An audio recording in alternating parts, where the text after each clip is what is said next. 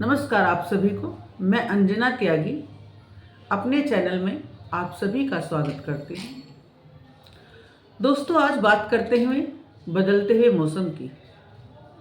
सर्दियाँ शुरू हो चुकी हैं। सर्दियों ने हमारे जीवन में दस्तक देगी। हमारे छोटे छोटे बच्चों को, हम सब बड़ों को खांसी, जुखाम, गले का दर्द, सर दर्द शुरू हो गए हैं। इन छोटी छोटी बीमारियों का इलाज हम अपने घर में ही अपनी छोटी छोटी किचन की चीज़ों से, किचन की मसालों से कैसे दूर कर सकते हैं, आज इस पर चर्चा करते हैं। दोस्तों, हम सबके घर में ये छोटी छोटी चीज़ें किचन में ज़रूर मिलती हैं। आप लिख लीजिए। नंबर 1 काली मिर्च, नंबर 2 अदरक, नंबर 3 तुलसी और नंबर 4 शहद। मिनिमम 4 चीज़ें तो आपके घर में होनी चाहिए, जिससे हम अपने खांसी, जुखाम और सर दर्द को दूर भगा सकते हैं। दोस्तों, काली मिर्च हम सबकी किचन में मिलती है। जैसे जैसे सर्दियाँ शुरू हो रही हैं तो अदरक भी बहुत ज़रूरी है, हम सबके घर में ज़रूर मिलता है। और तुलसी भी, तुलसी का पौधा हम सब के घर में पाया जाता है।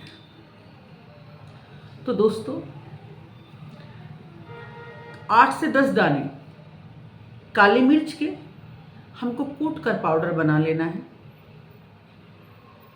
8 से 10 पत्ते तुलसी के हमको उनका भी रस निकाल लेना है। और 1 टुकड़ा अदरक का,